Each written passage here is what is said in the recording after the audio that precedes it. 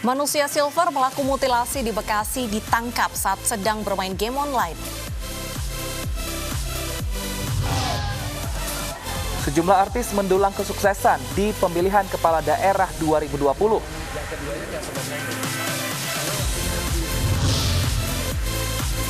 Seorang ibu hamil ngidam keliling kota naik kendaraan patroli polisi.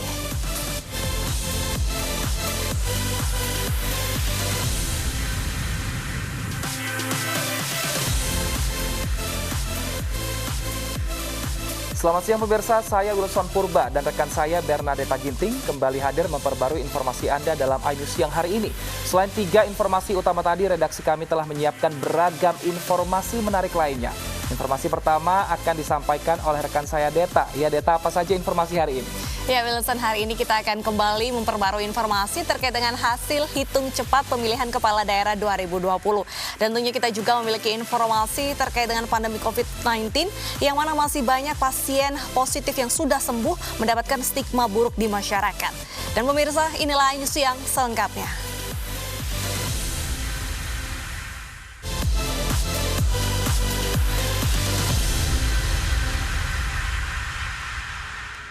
Kita awali informasi hari ini dari aksi balap liar oleh puluhan pemuda di Duren Sawit, Jakarta Timur yang dibubarkan oleh polisi pada malam tadi. Personil polisi melepaskan tembakan ke udara dan menyita 4 unit sepeda motor.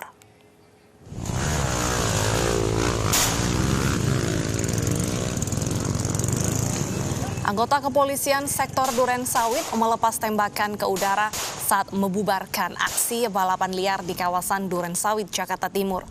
Tembakan ke udara oleh polisi membuat puluhan pemuda ini langsung kocar-kacir.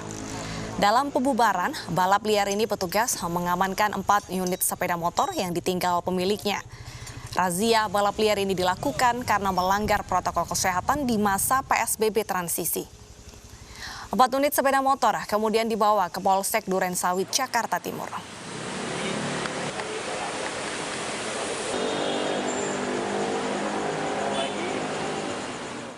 Pemirsa, seorang anak laki-laki berumur 11 tahun ditemukan tewas di selokan di Palembang, Sumatera Selatan. Penemuan jenazah berawal saat seorang pemulung mencari barang bekas.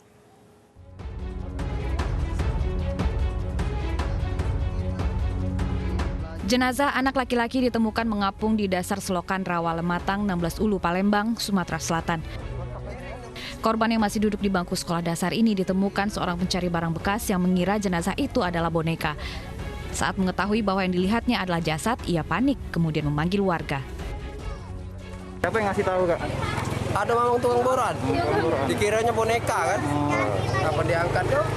Bukan manusia. Polisi segera mengevakuasi jenazah dan menggelar tempat kejadian perkara. Dari hasil penyelidikan tidak ditemukan luka pada tubuh korban. Seorang mayat anak laki-laki umur 11 tahun. Bahwasannya dari pemeriksaan fisik luar korban tidak ada tanda-tanda kekerasan. Jasad bocah SD itu divisum di rumah sakit dan dikembalikan ke pihak keluarga untuk dikebumikan.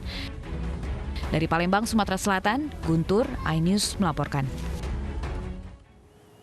Seorang bocah di kota Bukit Tinggi, Sumatera Barat mengalami patah tulang setelah dianiaya oleh nenek dan tantenya.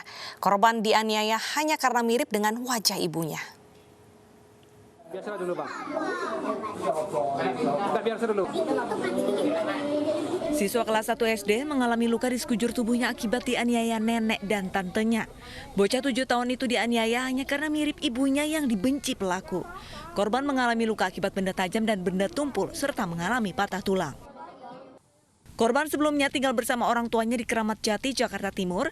Namun karena orang tuanya pisah karena kesulitan ekonomi akibat dampak pandemi COVID-19, korban diantar ayahnya pulang ke Bukit Tinggi untuk tinggal bersama neneknya Anizar dan tantenya Erni. Ketika di sana kita sudah melihat kondisi anak itu dalam keadaan luka, ditemukan memar-memar, ditemukan luka-luka baik dalam kekerasan benda tumpul maupun benda tajam. Korban penganiayaan diketahui pertama kali saat korban masuk sekolah pada 1 Desember lalu. Saat pulang, seorang guru melihat kondisi korban lemas dan tidak bersemangat. Saat diperiksa, terdapat sejumlah luka di tubuh korban. Kasus penganiayaan ini sudah dilaporkan ke polisi. Dari Bukit Tinggi, Sumatera Barat, Wahyu Sikumbang, iNews melaporkan. Kita beralih ke kasus mutilasi yang terjadi di Bekasi, pemirsa. Polisi telah menangkap pelaku mutilasi di Bekasi, Jawa Barat yang tak lain merupakan teman korban. Pelaku yang keseharian menjadi manusia silver untuk mengamen di jalanan itu ditangkap saat sedang bermain game online. Tim gabungan Polda Metro Jaya dan Polres Metro Bekasi menangkap pelaku mutilasi di Bekasi, Jawa Barat. Pelaku yang sehari-hari berprofesi sebagai manusia silver itu ditangkap saat sedang bermain game online di wilayah Kranji, Bekasi. Dari rumah pelaku, polisi menyita barang bukti golok yang diduga digunakan untuk menghabisi nyawa Doni Saputra usia 24 tahun, warga desa Mulyasari, Majenang, Cilacap, Jawa Tengah. Ya memang betul bahwa si pelakunya itu adalah warga RT 05 RW 11. Saudara Ahmad, kurang lebih berusia 17 tahun lebih lah dia. Saat mengetahui sang anak tewas, Rusmini, orang tua dari Doni Saputra, menangis histeris. Potongan tubuh korban ditemukan di dua lokasi, yaitu di Jalan KH Nur Ali Kalimalang dan tempat pembuangan sampah warga Kayu Ringin, Bekasi Selatan, Kota Bekasi, Jawa Barat pada Senin pagi kemarin. Tim Liputan iNews melaporkan. Sebuah kapal cepat tenggelam dihantam gelombang tinggi di perairan Selat Lombok.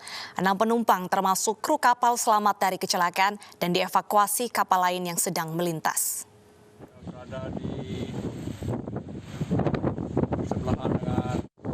Kapal cepat Kaya Explorer tenggelam di perairan Lombok setelah dihantam gelombang tinggi. Kapal membawa 6 penumpang termasuk kru dengan rute perjalanan Padang Bayi Bali menuju Labuan Bajo.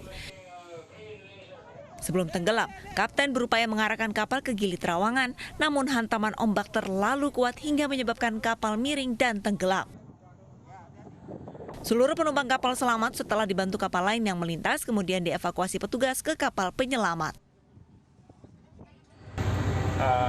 Bot itu 3 kali nyelam. Jadi pompa jalan terus, tidak mampu karena air lebih banyak masuknya daripada keluarnya. Akhirnya saya tuh mau berlindung itu, keburu yang keempat ini sudah nggak bisa ditolong untuk istilahnya bot untuk berlayar ya. Jadi langsung sudah dia mereng. Penumpang yang selamat selanjutnya dibawa ke Pelabuhan Lembar untuk pemeriksaan kesehatan dan diserahkan ke pihak agen kapal. Dari Lombok Barat, Nusa Tenggara Barat, Muzakir, iNews melaporkan. Patung Bajra Sidih di Banjargambang, Badung, Bali roboh diterpa angin puting beliung. Akibat peristiwa itu, pemilik patung mengaku rugi hingga miliaran rupiah.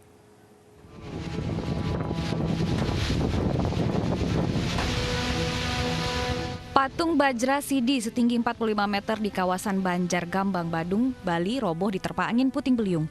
Patung yang berada di lantai 3 roboh dan menimpa tembok serta beberapa bangunan tempat sembahyang yang ada di bawahnya. Tidak ada korban jiwa pada peristiwa ini, namun pemilik patung mengaku rugi hingga miliaran rupiah. Yang kerusakan, tempat suci yang kerusakan adalah ada di sini itu penyawangan pura dalam sakenan. Penyawangan pura dalam sakenan itu adalah untuk semua umat.